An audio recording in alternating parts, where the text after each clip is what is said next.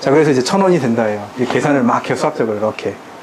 이 사람은 무조건 배가 고플 때는 이 밥을 먹을 테니까 밥 먹고, 뭐 이렇게 사람 하나 들여서 물건 내는 거, 예? 무조건 뭐 줄어들 테니까 그 계산을 막 한단 말이에요. 딱 계산 딱 했더니 10,000원. 이 가격은 이 제품의, 예를 들어서 이거, 뭐 이 제품의 가격은 무조건 10,000원이다.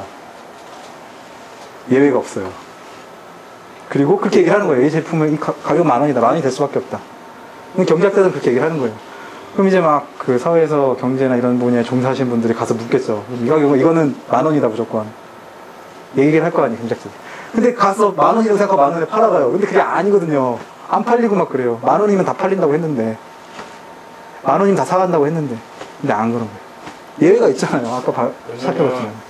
한계 수익하고 한계 효용은 제품이 많고 사람이 적을 때는 어느 정도 예측 가능했는데, 특히 한계 효용 같은 경우는 제품이 적고 사람이 많고 꾸준히 물건이 팔릴 때는 어떤 똘똘한 경제학자는 어떤 희한한 계산법을 써서 예상을 했겠지만 지금은 어림도 없는 소리가 듣고, 그 다음에 한계 수익 같은 경우도 기계도 발달하고 소프트웨어도 발달하고 또 사람들의 같이 이렇게 협업하는 능력도 발달해서 그걸 사회적 기술이라고 하거든요. 그것도 발달했으니까 이것도 예측이 불가하고 이것도 예측이 불가하니까 이 가격 결정이 되는 거죠.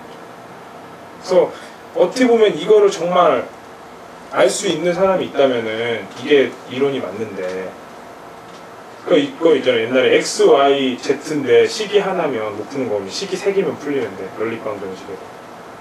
그러니까 식은 하나고 변수는 많으니까 문제를 풀 수가 없잖아요.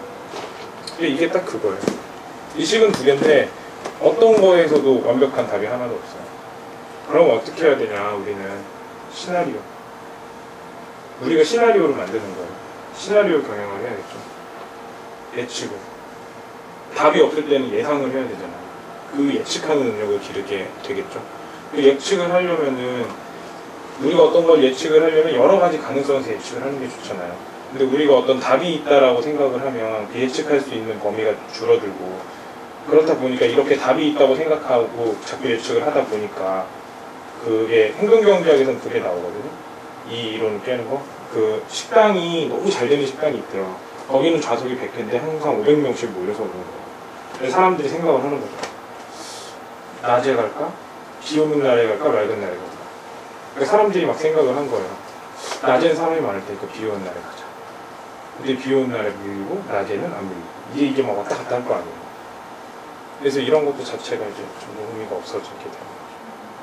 근데 계속 이제 학교에서 이런 거 가르치고 그렇게 좀 있는 현재 연구, 그 현대에 나온 그런 최신 이론들이나 정말 이게 틀려서 어떤 것들이 맞다 그러면 다른 연구 자료들 이런 것들을 안 가르치니까 그게 되게 문제인 것 같아요.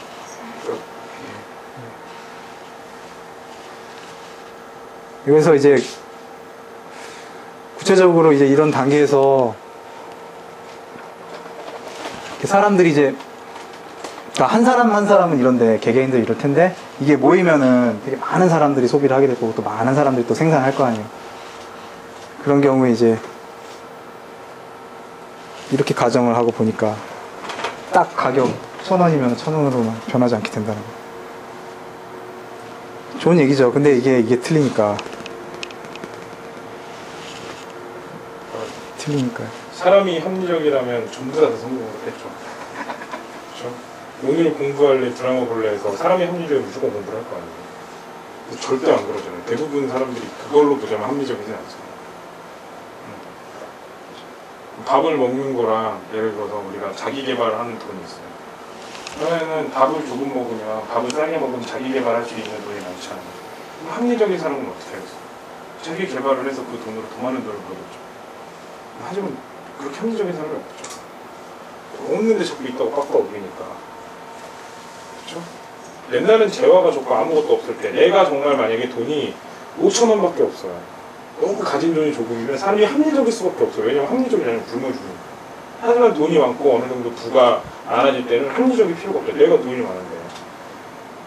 그리고 이거는 가난한 시대 때, 지금 이 할아버지가 저 초상화에서 살고 있는 그 시대 때 맞게 된 거예요. 왜냐면 부도 적었고 모든 게 적었습니다. 물건도 적었고. 네, 그렇죠. 그래서 그러니까 이게 그러니까 문제는 이거를 이제 이렇게 볼 수도 있죠. 이렇게 합리적일 경우에는 이렇게 된다라고 말을 할 수 있어요. 근데 이걸 가지고 물건값 무조건 뭐 1,000원이다, 10,000원이다 막 우기니까 그렇게 매기를 해버리니까 그게 참 문제인 것 같아요. 그래서 뭐 이거를 연구하시는 교수님들은 아직도 열심히 교수님을 하고 계세요. 그래서 열심히 배워서 잘못된 길로 빠지는 경우가 많죠. 그러니까 그거 같아요. 옛날에는 크레파스라는 거밖에 없었어요. 그래서 주구장창 크레파스로만 그리는 거예요. 다른 건 인정하지도 않고.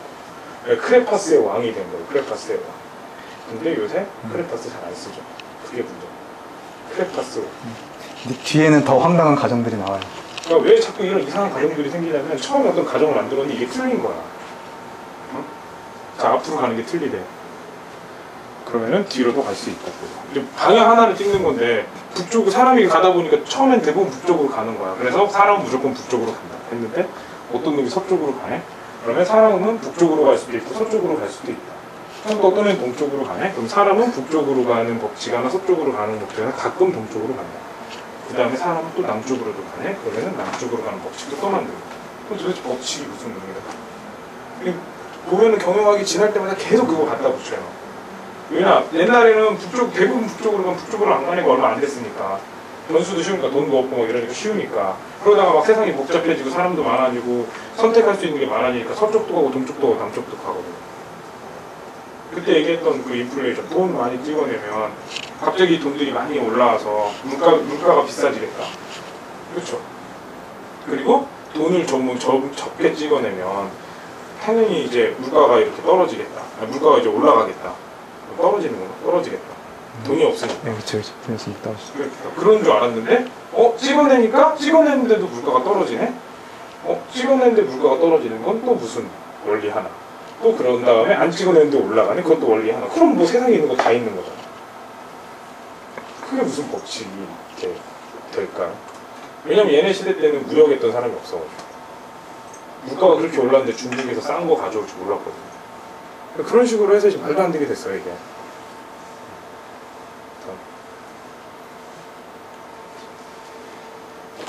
이제 질문들은 계속 이렇게 가죠. 그래서 개인의 부에 대한 얘기가 했고, 각자가 그러면은 제일 부유할 때 사회 전체도 어떻게 되냐고 이런 문제도 풀어요.